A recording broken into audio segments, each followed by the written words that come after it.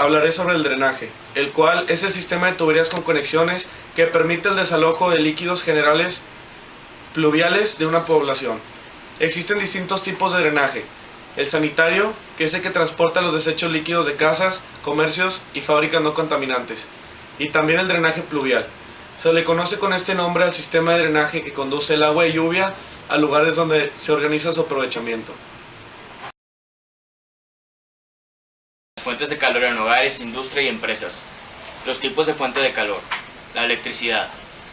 La generación de calor en base a la energía eléctrica se realiza en base en resistencias. La energía solar también se emplea con buen rendimiento, pero solo como un sistema alternativo. La combustión es el conjunto de procesos físico-químicos por los cuales se libera controladamente parte de la energía interna del combustible. Además, en el hogar, la fuente de calor que cada vez es más utilizada son las calderas, que tienen un rendimiento superior al 80%. En la industria y en las empresas, las bombas de calor adquieren cada vez más protagonismo, como tecnologías para mejorar la eficiencia eléctrica. En la refrigeración ambiental en edificios e instituciones. El sistema de refrigeración. La función principal del sistema de enfriamiento es mantener la temperatura correcta del motor, sacando el calor excesivo generado por la combustión y la fricción. Para lograr satisfactoriamente este propósito, el sistema está previsto una bomba de refrigerante, un radiador, un termostato y un abanico. Los intercambiadores de calor son los dispositivos que permiten realizar dicha tarea. Un entendimiento básico de los componentes mecánicos de los intercambiadores de calor es necesario para comprender cómo estos funcionan y operan para un adecuado desempeño. Si bien los intercambiadores de calor se presentan en una inimaginable variedad de formas y tamaños, la construcción de los intercambiadores está incluida en alguna de las dos siguientes categorías: carcasa y tubo o plato. Los intercambiadores de calor de carcasa y tubos están compuestos por tubos cilíndricos montados dentro de una carcasa también cilíndrica con el eje de los tubos paralelos al eje de la carcasa. Un fluido circula por dentro de los tubos y otro por el exterior. Y por último, el intercambiador de calor de plato. Consiste de placas en lugar de tubos para separar dos fluidos caliente y frío. Yo les voy a hablar de los fenómenos atmosféricos. Primero hay que saber qué es un fenómeno atmosférico.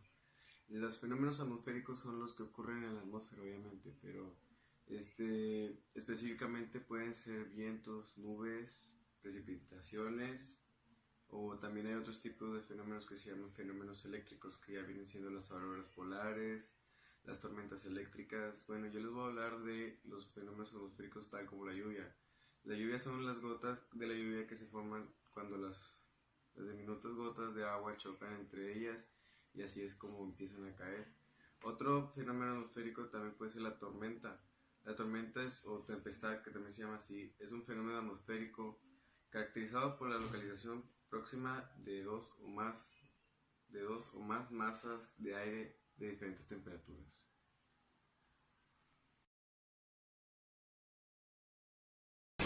La energía eléctrica es algo básico en la sociedad moderna y es generada y procesada por el ser humano para su beneficio.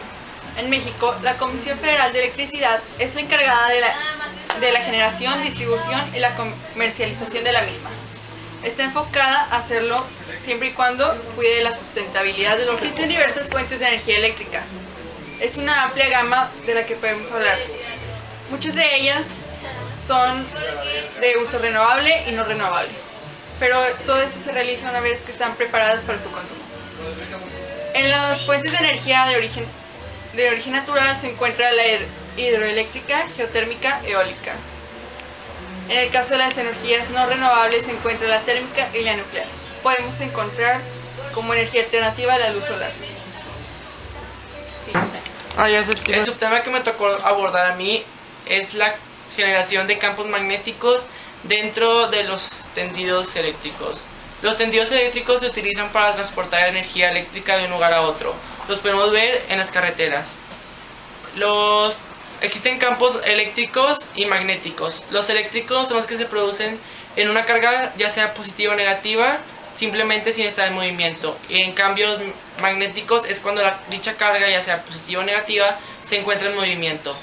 Los tendidos eléctricos pueden generar campos magnéticos de hasta 50 Hz, que no es una cantidad muy alta de potencia, ya que algunos electrodomésticos que encontramos en nuestra casa tienen una mayor cantidad de hertz. Como último subtema de electricidad y magnetismo tenemos los circuitos eléctricos domésticos.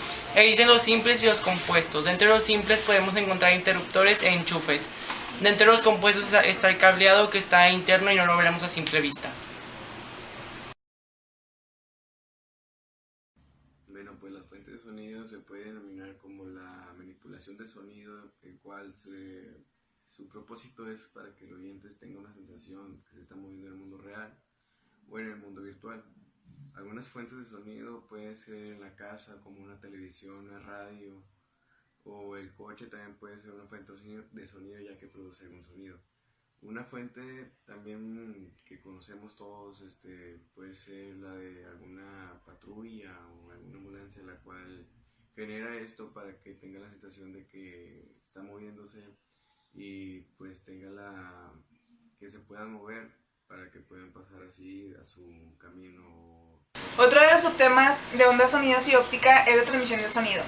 El sonido se propaga de un lugar a otro, pero siempre lo hace a través de un medio material como el aire, el agua o la madera. En el vacío el sonido no puede propagarse porque no hay medio material. En los cuerpos sólidos de propagación del sonido implica variaciones del estado tensional del medio. Algunos fenómenos físicos que afectan la propagación del sonido son la transmisión, la absorción, la reflexión, la refracción, la difracción o dispersión y la difusión. Otro subtema es la rapidez del sonido. La velocidad del sonido hace referencia a la rapidez de propagación de las ondas sonoras por un medio determinado y en unas condiciones conocidas de temperatura. Por ejemplo, la velocidad del sonido en el aire a 20 grados centígrados al 50% de humedad y a nivel del mar es de 1235 km por hora o 343 metros por segundo. Sin embargo, en esas mismas condiciones de temperatura, la velocidad del sonido en el agua es 4.5 veces mayor, aproximadamente 5.735 km por hora o 1.600 metros por segundo.